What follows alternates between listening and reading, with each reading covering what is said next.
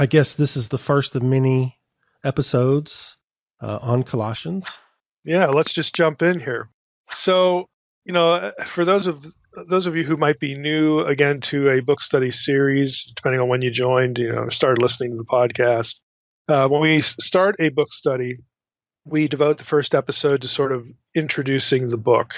And I don't mean sort of a dry, dusty run through of date, occasion, setting, authorship, blah, blah, blah, blah, blah. I'm not going to read an outline of the book to you. What we try to do is discuss some things that we're going to run into, discuss things that will help sort of orient the audience to the book. And, in that way, you kind of preview, some of the sorts of things you're going to be talking about. And Colossians is actually kind of easy to do with respect to those goals. So what we're going to do today is really talk about three things: authorship, date, and this thing called the Colossian Heresy. Those three things are interrelated. The Colossian Heresy is essentially what occasioned the book. Paul is ministering in Colossae, and he has some problems. There's a lot of false teaching that has permeated the group. He's getting opposed by competing teachers and ideas, trying to essentially undermine what he's doing. And collectively, there's this thing called the Colossian Heresy that he is combating. Now what it actually is really a matter of academic scholarly debate. So, we're going to get into that. And in part, it's related to issues of authorship and date. And I think you'll see why as we go through. But I'm going to be dipping into a few good reference sources here. I will tell you where the quotations come from. Basically, I can safely say anything here that I'm going to cite, I recommend you have. I get asked all the time about resources. And, there's some good ones here that are going to help us zero in and fix on the Colossian Heresy to, just get us ready for the book. So I'm going to start here with a selection from the Dictionary of Paul and his letters. This is the entry by Peter O'Brien. O'Brien also wrote the Colossians commentary and the Word Biblical Commentary series, but he spent a lot of his academic career on Colossians and some of other Paul's smaller letters. And he writes in DPL, Dictionary of Paul and his letters, he says, "The letter makes clear that the Apostle Paul is the writer not only in the opening greeting, Colossians 1:1, but also in the body of the letter, Colossians 1:23, and at its conclusion, Colossians 4:18. The character of Paul, as we know it from other letters, shines throughout this letter. There was no dispute over the authenticity of Colossians in the early period of the church, and the letter was included in Marcion's canonical list as well as the Muratorian canon. The latter is 7th to 8th century AD. Marcion's is older, but those are important canon lists. Back to the quotation here. O'Brien says, however, the Pauline authorship has been challenged on a number of occasions in the last 150 years. The grounds presented concern the language and style of the letter and the supposed differences between Colossians and the theology of the main Pauline epistles, unquote. Now, I also want to read a little bit from a Lexham Bible Guide on Colossians. And I'm going to plug these just for a second here. Full disclosure here, I work for Faith Life, and Lexham is our imprint. But the Lexham Bible Guides are really useful. These are books that the people responsible for creating them actually combed through commentaries and pulled out really good paragraphs on all sorts of things, verses, topics, whatever. They're very useful. So at one point, the Lexham Bible Guide says this: Paul's authorship of Colossians was unchallenged for most of history. With the rise of critical scholarship in the 19th century, however, scholars questioned the letter's authenticity. As a result, many scholars now regard Colossians as a, quote, Deutero-Pauline, unquote, letter. That is a pseudonymous writing composed by a follower of Paul in his name, unquote. Now, the counter to this, and again, if you read a good, solid exegetical commentary, and you read the introductory sections, you'll find, the pushback. There are many Paulisms in this letter. When commentators talk about, authorship and style and all that kind of stuff, what they're talking about is, like every writer has typical ways of saying certain things, stock phrases, word order, they're just ways that they typically do things. And so there's those who say, well, there's stuff in Colossians that just doesn't look like Paul or sound like Paul's other letters, the ones that nobody fights about. But again, the pushback is, well, there are lots of Paulisms in this letter, Colossians, that are in the undisputed ones. So, okay, you get some new stuff, big deal. Colossians is also in P46. That's a papyrus, very famous papyrus. It's widely known as the earliest existing copy or collection of Paul's letters. The point is, if pseudepigraphy was widespread in the ancient world, and it was, it's funny how no one in antiquity thought that way about Colossians. It's only, when you get into the 19th century, do these things come up. However, I'm going to go back to DPL, Dictionary of Paul and His Letters. O'Brien notes this. Yet there are linguistic differences between Colossians and the other Pauline letters. 34 words appear in Colossians, but nowhere else in the New Testament.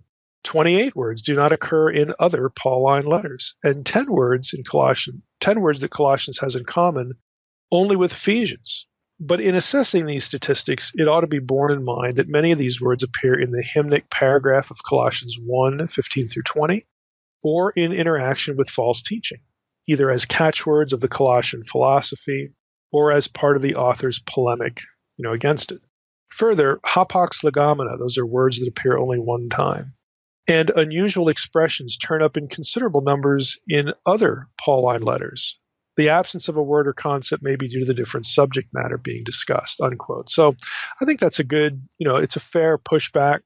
When it comes to disputing Pauline authorship, you would expect different vocabulary to be in letters. And as this DPL quote points out, hey, all of Paul's other letters have unique vocabulary too. What's the big deal? And unique vocabulary is due in part to what's being discussed, the subject matter. And I think the quotation here does a good job of pointing that out. Now back to Lexham Bible Guide. Why is this important? Who cares?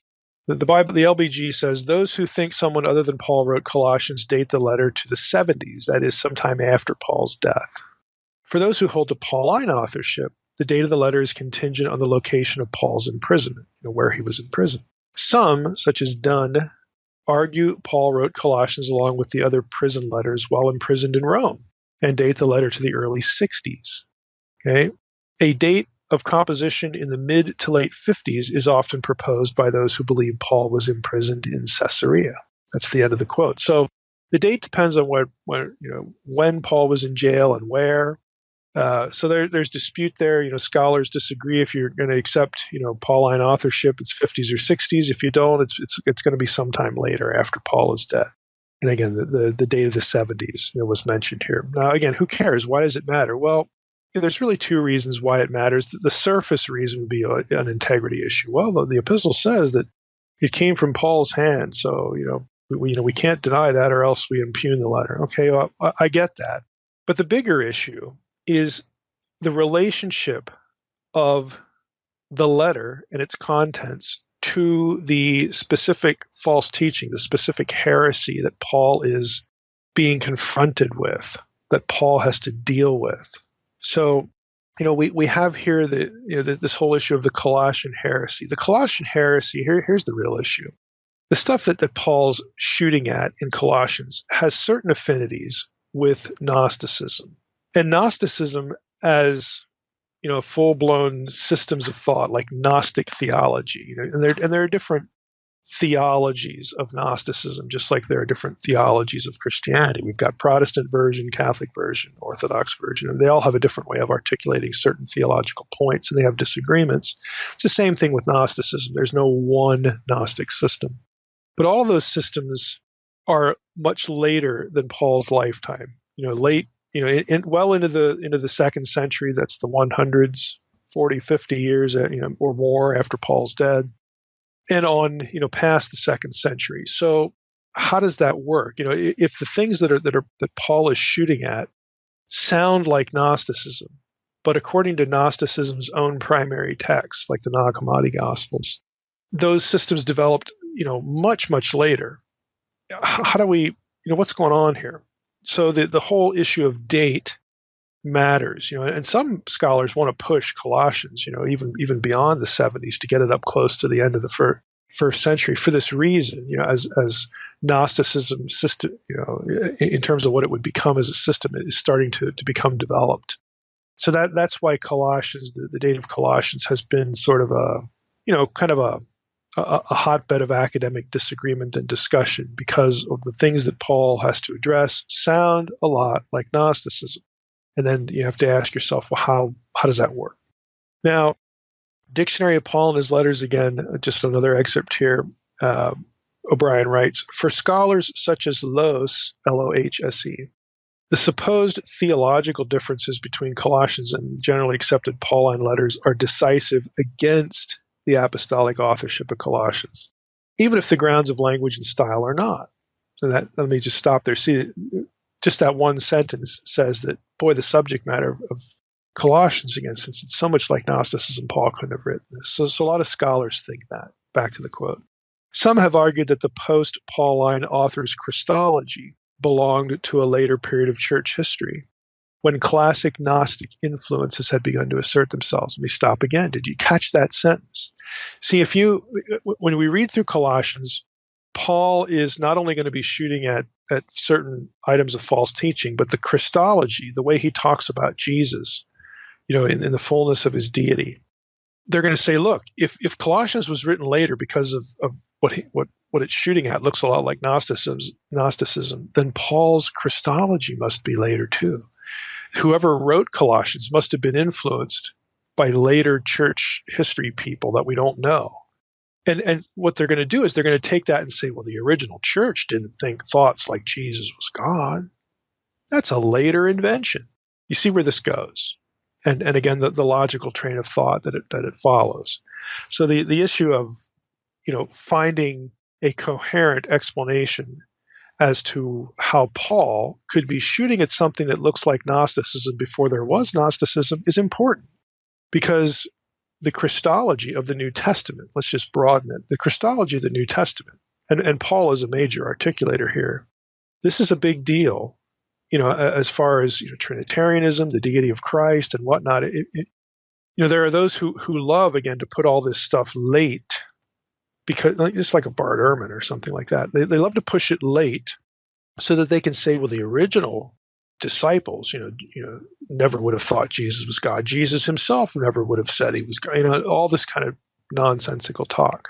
I mean, my big beef with that is, what about the two powers in heaven stuff? What about the Second Temple Jewish, binitarian monotheism? I mean, it's like that just gets forgotten, which is a big reason why I think it's important. These ideas that, the ideas that are the foundation of Trinitarian thinking, or Christ as deity along with the Father as deity, two persons in one, but sharing, one of the same essence. Of course, you get three with Trinitarianism, but all of that, it is, we need to realize that the foundations for that kind of thinking are in the Second Temple period. They're BC. They're before Jesus ever showed up. They're before there was an early church. And so it's not coherent to move that stuff later, but people will use the content of an epistle like Colossians and try to push the authorship of that book later, so they can try to make this argument that high Christology, Trinitarian thinking, was not part of the original Jesus movement, the original church. Again, I'm hoping that you can see this clearly, what the strategy is here by those who would oppose these ideas. Back to the quote here, the DPL. In fact, I'm going to back up to the last sentence. Some have argued that the post-Pauline author's Christology belonged to a later period of church history, when classical Gnostic influences had begun to assert themselves. But it is unnecessary to resort to full-blown Gnostic influences in the 2nd century as a possible background. That's good to hear. Continuing. If a Jewish background of an ascetic, mystical kind is likely, then there's no need to look beyond the apostolic age, and certainly Pauline authorship is not ruled out on this account. End of quote. Now that's an important idea. What O'Brien is saying there is, look, he's setting his readers up for where he's going to continue in his own essay there. But he's saying, look, some of these things that look like Gnosticism, if we can find them in Judaism, if we can find them in the Second Temple period, then this whole issue of pushing the authorship of Colossians way forward is just pointless. And I agree. It is pointless. Now, when it comes to the history of Gnosticism, we got to get into this a little bit. When it comes to that, there are a couple of names, a couple of scholars that are important. Yamauchi, Edwin Yamauchi, that's Yamauchi.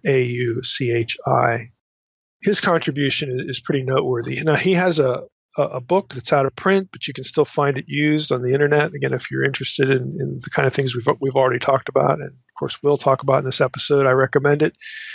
It's called Pre-Christian Gnosticism. It was 1983 is the second edition. I have an older copy of it, but it's an important work. And his work has shown that the ideological or theological strands that contribute to later full-blown Gnostic systems were around much earlier than the 2nd century AD, and again, all the way back into the Second Temple period. So Yamauchi specifically tackles this problem. Now, Yamauchi is the author of an entry in the Dictionary of New Testament Background on Gnosticism. And I'm going to quote from his article here briefly. He writes, "Because of the variegated nature of Gnosticism, it is difficult to fit every Gnostic teacher into a common framework. Marcion, who advocated the concept of two gods, the God of the Old Testament, God of the New Testament, has many affinities with the Gnostics, yet he lacked their mythology and emphasized faith rather than saving gnosis. A major branch of Gnosticism, which followed the teachings of Valentinus, was heavily influenced by Platonism.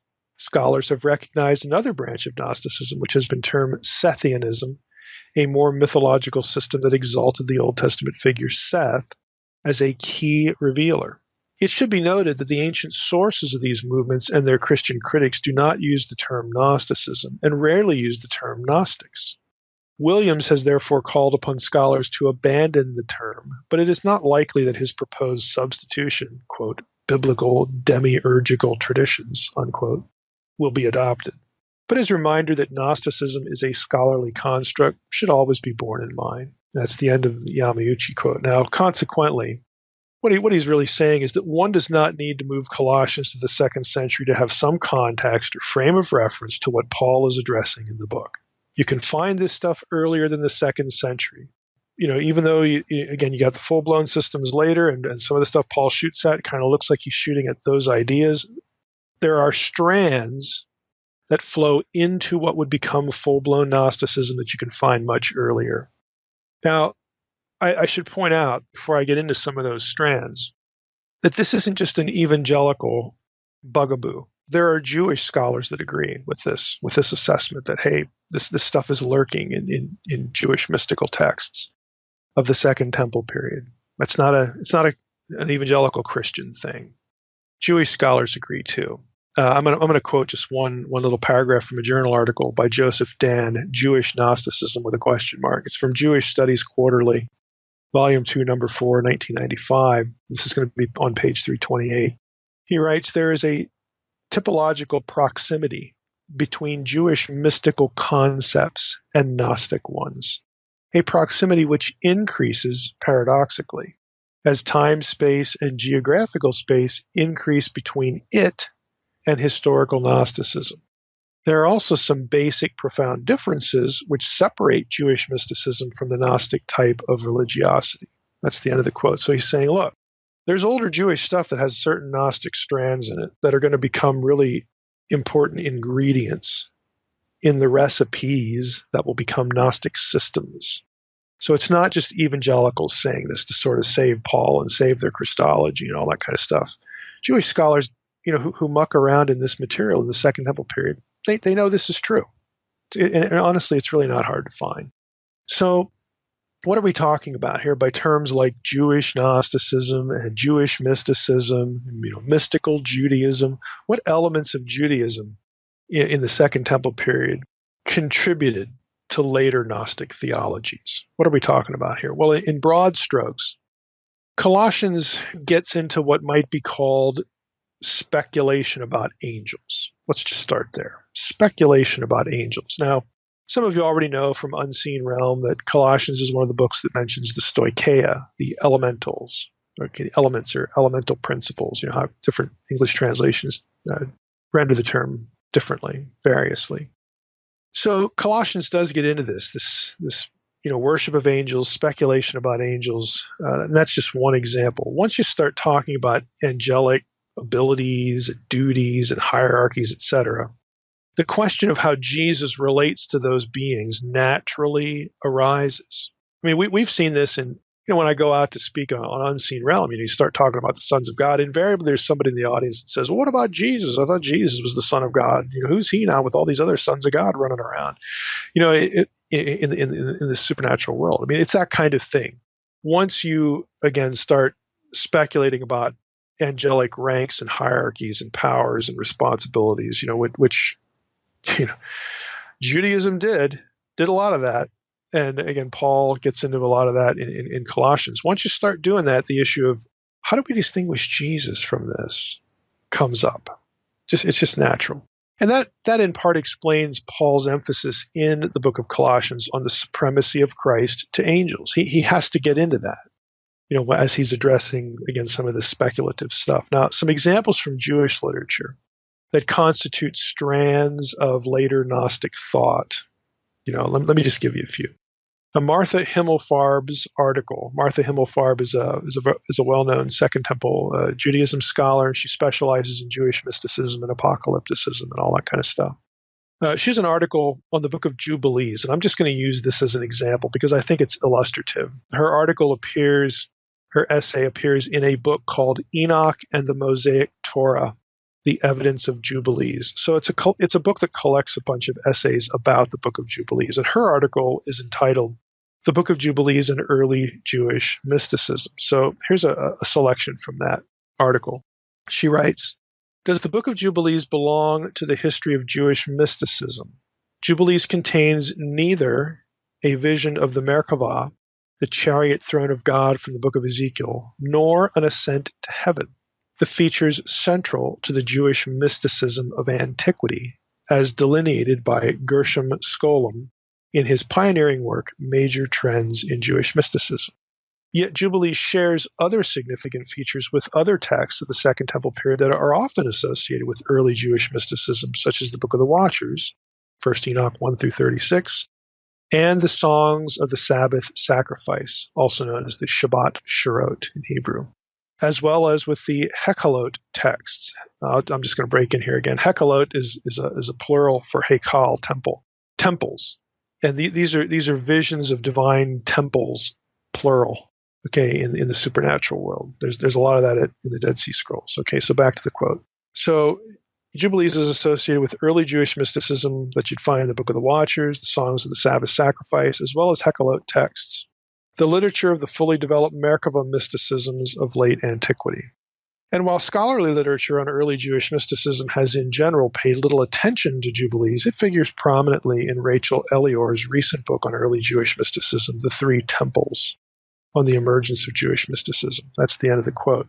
Now, I've become pretty well familiar with Elior's book, The Three Temples, because of a book I've been working on now, good grief, for 2 years off and on astral theology and biblical thought and how that relates or shouldn't be abused by weird stuff that people say about biblical prophecy today. There's a lot of speculation in the Dead Sea Scrolls, for instance, about temple visions and visions of the heavens. And when you get into the heavens, you get into celestial objects, you get into the stars, you get into astral theology and all this kind of stuff. So this is a big deal in the Second Temple Judaism. And again, because that's where the angels live in the heavens as well. Some of them thought they either were the stars or they were associated with the stars or empowered the stars. There's all this speculation. This is angelic speculation. And that's the kind of stuff you see Paul having to deal with in Colossians. So it's very easy to see, if you're familiar with Second Temple Jewish stuff about visions of the heavens, visions of God's throne room, visions of angels and other supernatural beings and celestial beings. If you're familiar with that, you can read the book of Colossians and go, okay, I know what he's tracking on here. You don't have to say, boy, I don't know, how could he have gotten this stuff, because we don't have Gnosticism yet. I guess Paul didn't write the book. That's very easy if you're familiar with Second Temple Jewish literature to kind of know what he's dealing with here. And so I think the Himmelfarb, quotation is useful. And let's use it a little bit. she mentions here as important features to Jewish mysticism a couple of things. Visions of the Merkava, the throne chariot of God from the book of Ezekiel. It's Ezekiel 1 and Ezekiel 10. And then she mentions ascents to heaven, ascending to heaven, these visions of having heavenly throne room experiences. So as far as the ascents to heaven, I would recommend that listeners go back and listen to episode 57 of this podcast. That's when we talked about Acts 22. And we tied that into Paul's experience mentioned in 2 Corinthians 12, what some people think Paul had a near-death experience or something. He sees visions of God that he can't talk about and all that. It actually relates to something in Paul's life that is mentioned in Acts 22. So if you go back and listen to episode 57, you'll hear us discuss Paul's vision, his ascent to the heavens and what he sees there, and how that ties in to certain Second Temple Jewish texts. Okay, for our purposes here, I want to go off in a bit of a different but related trajectory. The Merkava visions. Again, the Merkava, it's a Hebrew term for the throne chariot of God. If you think about Ezekiel 1, we had a series on Ezekiel. Like, for me, it doesn't seem too long ago, but I guess Ezekiel 1 was quite a while ago. Ezekiel sees a vision of God, with the four cherubim. The cherubim have the faces, the four faces, and they're underneath the throne, and all that stuff. And when we were in that subject, I talked about how the four faces of the cherubim correspond to the four cardinal points of the Babylonian zodiac, and how this relates to Babylonian astrology and what's going on here. Why would you use this imagery and put Yahweh on the throne instead of Marduk and all that kind of stuff? You can go back and listen to that. For our purposes here, just remember that the Merkava, the vision, the throne chariot of God, the vision in Ezekiel 1 became a real point of interest in later Judaism. Lots of people, just kind of like today, lots of people speculated on what in the world was going on there. What's going on? What does that mean? Like how do we understand that?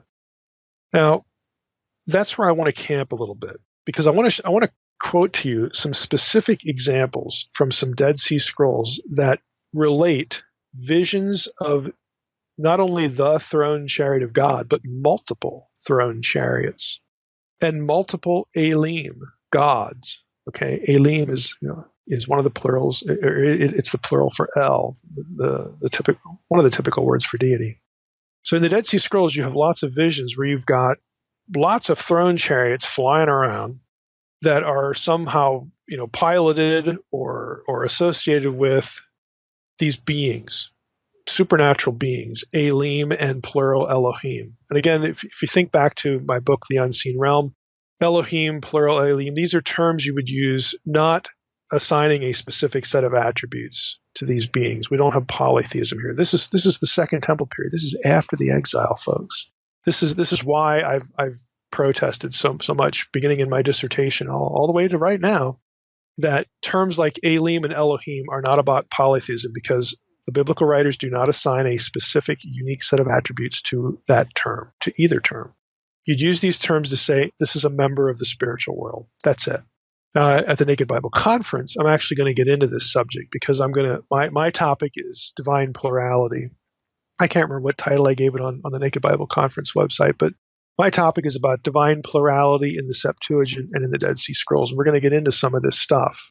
But I want to read a couple examples here, because you've got these weird visions in Jewish literature that involve multitudes of heavenly beings that are not called angels. They're called Elim and Elohim. And this is going to be an idea, okay, that is going to become adapted into later Gnostic systems. Later Gnostic systems are going to have different terms for these guys. They're going to call them, just think about it, archons or aeons. And so this is a good example, these Merkava visions in the Dead Sea Scrolls, for the kind of angelic speculation that was current in Judaism of Paul's day and even before Paul's day, that would have been something for him to address and to distinguish Jesus from in his letter. You do not need to move Colossians way front into the Gnostic era or something close to the Gnostic era to justify the content of the epistle. Paul would have been familiar with this stuff from his own context. Second Temple Judaism. So this notion of using the content of Colossians to say that Christology is a later invention of the early church is bogus. That argument doesn't pay attention to the primary sources of Paul's own Jewish context. I'm going to give you a couple of examples. I have two texts here. They're both from the they're both Shabbat Sharot texts, Songs of the Sabbath Sacrifice. Numerically, from the Qumran material, one is from 4Q405, another is from 11Q17. I'm not going to give you the column numbers and all that kind of stuff. When we produce the transcript, we can, Brenda, can produce the column numbers and all that stuff, and the sources. The English translation here is from Garcia Martinez, his book on the. He's a co-author. It's a Dead Sea Scrolls Study Edition. But this is going to sound really weird. I'm just going to read you a couple lines from these texts, the Shabbat Sharot texts. Perfect light, the multicoloredness of a most Holy Spirit. Ellipsis, the text breaks. There's a lot of ellipses. This is a fragmentary text, so ... High places of knowledge, and at his footstool, ... God's footstool. The appearance of the glorious form of the chiefs, plural, of the kingdom, of the spirits of ... And in all their movements, the gates of ... Flashes of lightning, that sounds like Ezekiel, ... The gods of, again, another ... Now, here we have, among them run gods, like the appearance of coals of fire. So now you have a line from Ezekiel. You've actually had two lines from Ezekiel, but it's pluralized. We don't just have one, deity enthroned. We've got multiple, okay? Among them run gods like the appearance of coals of fire, ... Going around, the spirits of the Holy of Holies. Catch the line. Spirits, plural, of the Holy of Holies, ... The Holy of Holies, the spirits of the gods, an eternal vision, ... And the spirits of the gods in the form of the flames of fire around. You go a little bit down in the text. We read, let's see another line here. And the chariots of his, God's, inner shrine praise together. No, chariots, plural. The Merkavot, the chariots of his inner shrine praise together, and their cherubim. Well, they all have cherubim. All these Merkavot have cherubim. Not just gods. Not just the singular gods like in Ezekiel. The chariots of his inner shrine praise together, and their cherubim, and their ophanim. That's the Hebrew word for wheels. And their wheels bless wonderfully, ... The chiefs of the construction of the gods, and they praise him in his holy inner shrine. Here's the second Merkava text. Let me just pull out a couple lines again, and I'll skip the dots here. That's probably the people who do the transcripts are blessing me now. We have here, by ordinance they are steadfast in the service of blank, a seat like the throne of his kingship in his glorious inner shrines. They do not sit, there's a blank. His glorious chariots, holy cherubs, shining ophanim, shining wheels in the inner shrine, the spirits of gods. And it's just weird stuff. I mean, these are Jews. I mean, think about this. These are the Dead Sea Scrolls, okay? These are Jews writing about multiple throne chariots in language drawn from Ezekiel 1, which only had one throne chariot. Okay? So you look at a text like this, and scholars classify these sorts of texts as Jewish mysticism, Jewish mystical texts. Again, there's a lot of this stuff at Qumran. A lot of these, again, multiple beings in the throne room of God, they each get their own little chariot, along with the big chariot, the one that like really matters, God's own chariot, but they all get their own little chariots. These are Jewish writers speculating on what must the presence of God look like or be like, what goes on up there. And, again, there's just a truckload of this kind of material at Qumran and in Second Temple Jewish texts. This is the kind of thing let me put it this way. This kind of speculation is not Gnostic, because there is no Gnosticism at the time this stuff is written. This kind of speculation went on in Judaism, Second Temple period Judaism. And so we would expect Paul at some point to run into this, and he does at Colossae. And when he writes about it, he has to articulate how Jesus is distinct, how Jesus is not just one among equals. He's different. He is ontologically different. His status is different. So again, we would expect, if we're familiar with this older material, this predates Paul, it predates Jesus, the birth of Jesus. We would expect Paul to run into this. So again, the accusation or the supposition is probably a better word. The supposition that the content of Colossians has to be late is just bogus. Now think about it. When did people start to doubt the authorship of Colossians? I just read you some introductory passages. It was the 19th century. When were the Dead Sea Scrolls discovered? The next century. See, people, this is a good example of people, and even today, scholars, and it flabbergasts me how scholars can repeat arguments based on out-of-date material. The guys, they're heroes, writing in the 19th century criticizing the authorship of Colossians, didn't have access to any of these Shabbat Shirot texts. They didn't know they existed. They were in a cave somewhere in Qumran. But since we have this material, and frankly, I would suggest they should have gone back and read the pseudepigrapha a little bit more closely too. But these are the most blatant examples. Okay, since we have this material today, this argument about the authorship of Colossians being based on the lateness of angelic speculation is, I just don't know any way to put it. It's just nonsense. It's out of touch with data. It's out of touch with primary sources. We would expect Paul to have to tackle this. Now I'm going to throw a third one in here just because I think it's interesting. This has nothing really to do with Colossians per se, because what I'm going to talk about here isn't really specifically mentioned, or referred to in the epistle. But I want to give you a third one just so that you know that there would be stuff in the pseudepigrapha that still might, get scholars to think about connecting Colossians with Gnosticism, or some kind of thinking like that. Again, the Dead Sea Scrolls, again, in my mind, just sort of torpedo the whole criticism of Pauline authorship. But I'm going to throw this one in just because I think it's interesting. The third one is the figure of Samael. Now, Samael is a name.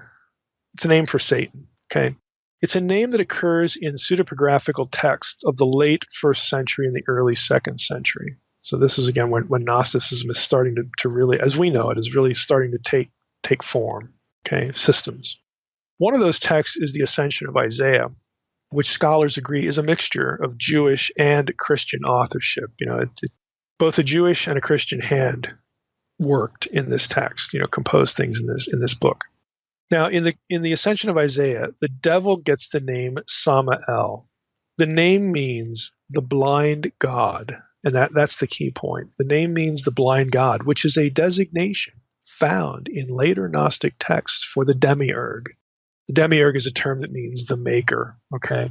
Now, if you're not familiar with Gnostic thinking, you could go up to YouTube. I have a YouTube lecture. It's quite dated. My hair is more brown. I got more of it, I guess. About Gnosticism, where I introduce one of the Gnostic systems, Gnostic cosmology. The short version of this is, for a good, for a lot of Gnostic cosmology, not all of it, but some of the more noteworthy systems in Gnostic cosmology. The maker of heaven and earth, the God who created heaven and earth, the God of Genesis, the God of the Jew, the God of the Old Testament, is a wicked guy, because he's not the true God in Gnostic cosmology. The God of the Bible is a created evil being known as the demiurge, or the blind one, the blind God, and other things as well.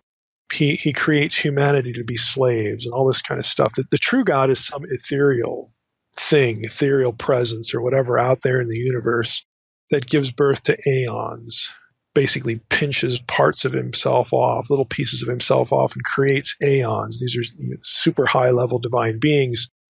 If you put them all back together, if they all formed in a group, they are the fullness of the true God, because all the pieces come back together. The pleroma is the Gnostic term for that. And one of them goes astray, Sophia, and she winds up creating the demiurge, which is the God of the Jew, the God of the Bible. And he's wicked and evil. So that again, that's it in a nutshell. So the fact that Gnostic texts refer to Satan as Samael, and we refer to the demiurge as Samael, and here you have a first century text, Ascension of Isaiah, use the same term. It gets scholars to wonder, okay, here we have an element of Gnosticism here that has maybe some sort of Jewish context, but most scholars are going to say, no, this is part of the Christian element, because we know there's no devil in the Old Testament, which is sort of a misnomer. But again, we know why they say that, because the word Satan is never used of the serpent in the Old Testament. Again, if you've read Unseen Realm, this is all familiar stuff to you. I can't, go back and rehearse my book, to a new audience. Please read The Unseen Realm. This is why I wrote it. And here in the podcast, we use it as touch point now and again, like we're doing now. But there would be people that say, well, the idea of a devil is just totally foreign to the Old Testament. It's a New Testament invention. And here, it's probably even a late first century invention or something like that. And boy, isn't it interesting, that the devil figure gets this name Samael here in this late first century or early second century text, somewhere on the cusp, right around 100. Let's just call it 100 AD. So it's after the birth of the early church. It's after the life of Paul. And here we have this name show up. And then that name is going to be used later in full-blown Gnostic texts for the demiurge, for the evil maker. Isn't that interesting? Again, this is a point by which certain scholars, are going to try to argue that certain ideas that we have in our New Testament now had nothing to do with the original Jesus movement, that are later inventions. I'm going to read you a little bit, from, and again, if I'm reading these sources, let's not assume that any of these authors land anywhere in particular on this, because honestly, I don't know where they would land on some of these things. But I'm going to read.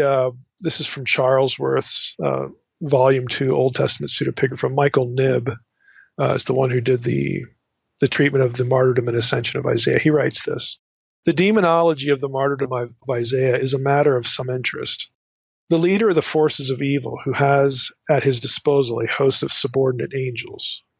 Chapter 2, verse 2. I'm not going to read you all the verse references in Ascension of Isaiah or the martyrdom of Isaiah. It's the same book. The leader of the forces of evil, who has at his disposal a host of subordinate angels, is called variously Samael, Beliar, and Satan. All three of those terms are used. These three names, continuing with the quote, which are, of course, well known from other sources, appear to be used synonymously. And there's no real evidence to support the view of Charles that Samael is subordinate to Beliar. Two other names are also applied to this figure. The first, Malkirah, it's king of evil, is given in 1:8 as an additional name of Samael and means, king of evil. There, they translated. I just did that on the fly for you. The second, Matanbukas. There's a very corrupt variant of this in chapter 5, Mekembekas, apparently derives from a Hebrew expression meaning gift of desolation. In different places, both Beliar and Samael are said to dwell in the heart of Manasseh. There's a biblical figure right there, heart of Manasseh. And it is under the inspiration of Beliar or Samael that Manasseh, at the instigation of a Samaritan, has Isaiah the prophet put to death. Okay, end of quote. So the martyrdom and ascension of Isaiah, this is the pseudepigraphical book that has Isaiah sawn in half that the book of Hebrews might be referring to. It's kind of a chicken or egg sort of question as far as the date of those works go, but we're not going to rabbit trail into that. Now, all of that has led scholars to ask whether Samael is behind part of the book of Enoch, because there's something going on in the book of Enoch that kind of is similar. In the so-called animal apocalypse, okay, which is 1 Enoch 85 to 90, we get some interesting things here. Now, I'm going to quote from my Demons book that isn't published. This is actually my first draft manuscript about the animal apocalypse, and I think you'll get the drift of why some scholars wonder about, is there a connection between First Enoch and the ascension of Isaiah that takes us into this whole devil question, which takes us into the date of Colossians and all that stuff. So again, this is just extra stuff here. So I write in my manuscript, the so-called animal apocalypse, First Enoch 85 to 90, a highly symbolic retelling of the history of Israel, also reflects the Deuteronomy 32 worldview. In his scholarly commentary on this portion of First Enoch, Patrick Tiller describes it as follows. Okay, here's Tiller's quote. The animal apocalypse is presented as an allegorical dream of the antediluvian patriarch Enoch, in which he sees a story about bulls, sheep, various animals that prey on the sheep, and humans who interact in various ways with the sheep and the bulls. Each element in the story is primarily a sign for some object of human history outside of the story. Cattle represent humans from the time of Adam to Noah, some of the early Shemites, and the restored humanity of the ideal future. The sheep represent Israel. Various unclean, predatory, and scavenging animals and birds represent the Gentiles. Stars represent the fallen watchers, and humans represent other angelic figures except for the owner of the sheep, who represents God. It's the end of the quote. Now, Hannah, another scholar, this is still me writing, notes that in the animal apocalypse as follows. Here's his note. The Lord of the sheep, in other words, God, hands over the sheep, in other words, Israel, to the oversight of 70 shepherds. Now, let me break in here. See, that's the Deuteronomy 32 worldview connection right there. That is, back to the quote, that is to 70 angels, which of course recalls the 70 angels of the angelic patron legend. This period covers the Babylonian captivity, the limited restoration under Zerubbabel and Joshua the high priest, the Persian and Hellenistic hegemonies, and especially the crisis under the Seleucids, which resulted in the Maccabean revolt. That's the end of Hannah's quote. This is, back to me, the 70 shepherds overtly represent the angelic patrons of the Gentile nations. Their role is oppression of the sheep, oppression of Israel. The writer of 1 Enoch 85 to 90 cleverly subverts the Deuteronomy 32 worldview, where Israel is Yahweh's exclusive possession, and the sons of God are allotted to the nations. In turning Israel over to the nations, I'm quoting somebody else now, God in effect turns them over to the nations' heavenly patrons. The author of the animal apocalypse has taken the concept of the angelic guardians of the nations and stood it on its head, so to speak.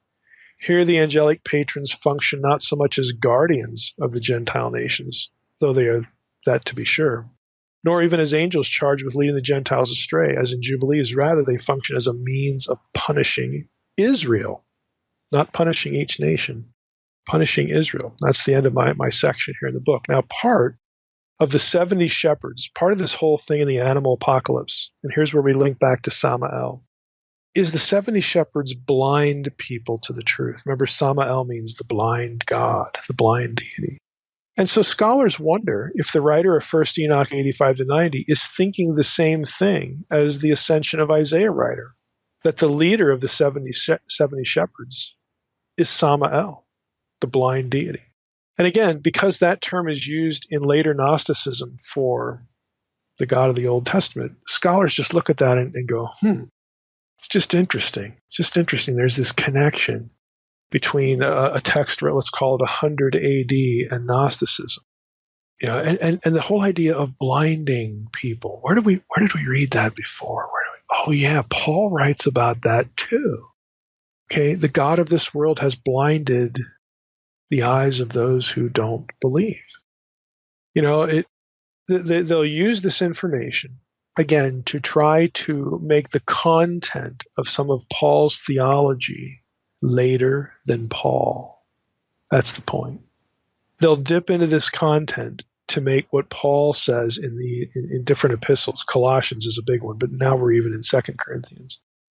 They'll dip into this and they'll say, look, this can't be by Paul's hand because it reflects a text in 100 AD. It reflects the Gnostic texts that come even later. Now, never mind the fact that Beliar is in the Dead Sea Scrolls. Okay, never mind that kind of stuff. Again, never mind the fact that Paul is actually quoting when he talks about the God of this world blinding the eyes of those who don't believe. He's drawing on Isaiah chapter 6, 9, and 10. No. Paul can't be thinking about Jewish texts of his own period. And he can't be thinking about the Old Testament. He must be not the author. That was awkward, but he must not be the author of this material, because we can find it in a text that's around 100 AD and in Gnostic texts that are a little later than that. So Paul didn't write this stuff. See, this is how academia works, folks. This is how it works.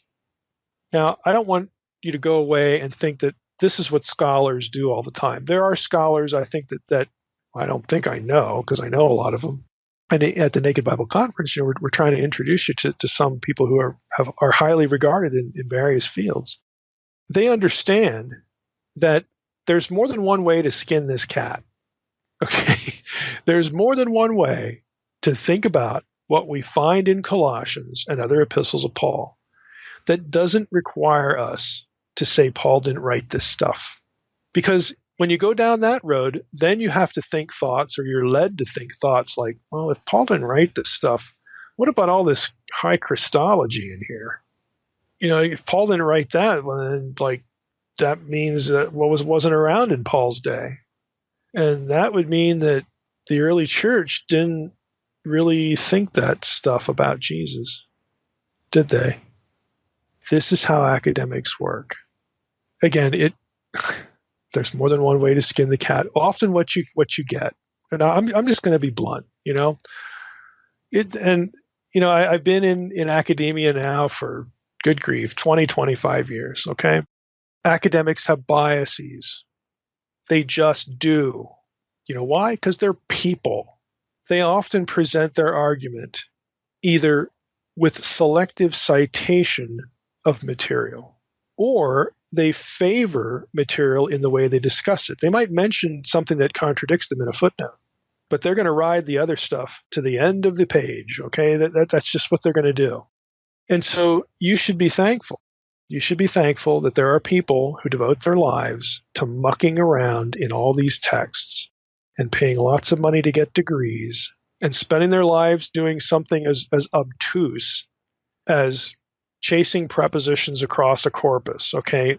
This is important stuff. Somebody has to do this, because there are going to be people, like me and other people who use this data. I mean, we can tap into this data and present a fuller picture of what's going on. And we can say things like, look, this is an unnecessary conclusion to draw based on the data, not based on what I want to believe, based on the data.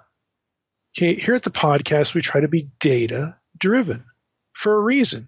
I mean, and honestly, we don't have to make anything up. There's so much data here. It's just that we want to present data to you and tell you why scholars land where they do, how they make their arguments, what they're doing. Because if you encounter this stuff out there in the wild world of Christian Middle Earth, or just Middle Earth, you get the impression, especially if a scholar's a good writer, you get the impression that, oh man, this must be this must be true. This must be the way to look at it. There's just no other way to look at this. Look at all these citations and footnotes and blah, blah, blah, blah, blah, blah, blah. No, that's why it's important to be able to tap into the primary data yourself, or again, know somebody who does, and just gives it all to you, not just a little slice, and talks about, okay, how do we think about the data? Well, here's one way that scholars think about the data. Let's probe that for logical coherence and weaknesses, shall we? Let's do that. And here's another way to look at it. Let's probe that. Here's another way to look at it. Let's probe that. I mean, this is what we try to do in what I try to do in what I write. It's what I try to do in the podcast. What I'm trying to do in this episode, okay? You need to know that there's nothing new under the sun. There just isn't. And no matter what you're going to run into out there in the wild world of Middle Earth, somebody else has thought about that differently. The question is, where do I find that guy? Where do I find that woman, who has devoted him or herself as a scholar to a more, dare I say, honest presentation? In some cases that is the right word, but just to a fuller presentation of the data. And then, can I find the people who are willing not just to party or parrot the party line of academia and present merely one way to look at the data, Because there's always more than one way to think about data. There just is. There's always one more way to do that. More than one way to skin that cat. And what you got to find is you got to find scholars, regardless of where they land, regardless of their confessional stance, that will do that for you. And they're perfectly willing to be wrong. They're perfectly willing to expose you to full presentations of all the possibilities. That's gold when you find somebody like that. Again, regardless of where they land. So to sort of veer toward the end here, to land the plane. How should we think about the Colossian heresy? Where does this leave us? And I think you can sort of answer the question already by virtue of what we've covered. In Colossae, let me just go back to Lexham Bible Guide. It has a nice little paragraph on this. Colossae was a relatively small agrarian town located in the region of Phrygia in Western Asia Minor. It was part of a triad of cities along with Laodicea and Hierapolis, all of which were situated in the Lycus River Valley. An earthquake devastated the region surrounding Colossae in 61 AD. Paul's letter to the believers in Colossae was probably written before this event, although the people of Colossae were mostly Gentile. There are passages that suggest that the city also had a substantial Jewish population. End of quote. Paul definitely had Jewish opponents. The city of Colossae was, again, primarily Gentile, but you've got a significant, Jewish representation there. N.T. Wright, let's just throw him in here. He writes, the city of Colossae was distinguished by its various spiritual beliefs. According to Arnold, it's Clinton Arnold, the spiritual climate of Colossae included beliefs in dangerous spirits and powers. See Colossians 2:8 and 15. Also, invocations of angelic and other divine beings for protection and ecstatic forms of worship that often involve forms of bodily abuse. Colossians 2:18. According to Bart and Blank, the people of Colossae also participated in various mystery religions. On the whole, syncretism, the blending, it's important, the blending of different religious beliefs and practices seems to have been the prevailing approach to religion in Colossae. That's the end of the N.T. Wright quote. And I think that's a good way to present it, because you have mystery religion stuff that we're going to run into. You've got Jewish mysticism that apparently was part of what was going on in this church. You've got Jews that are going to, in Colossae, that are going to question Paul about circumcision and worshiping on certain days. It's just all happening. It's just all happening. Wright, let me just throw in another selection from Wright. This is from his Tyndale New Testament commentary. He writes, the problem in its essence could be stated as follows. A, there are clear Jewish elements in what Paul is opposing, and yet there are many things which look more pagan than Jewish, like the actual worship of angels in Colossians 2:18, and the ascetic practices which appear to deny the importance of the created order, Colossians 2:2 and following. B, on the other hand, while much of what Paul is opposing can be fitted into an essentially non-Jewish framework, there are certain features, for instance, the reference to circumcision in Colossians 2:11, which remain obstinately and uniquely Jewish. The problem, therefore, is to find a hypothesis which will account for the polemic of Colossians both in outline and in detail.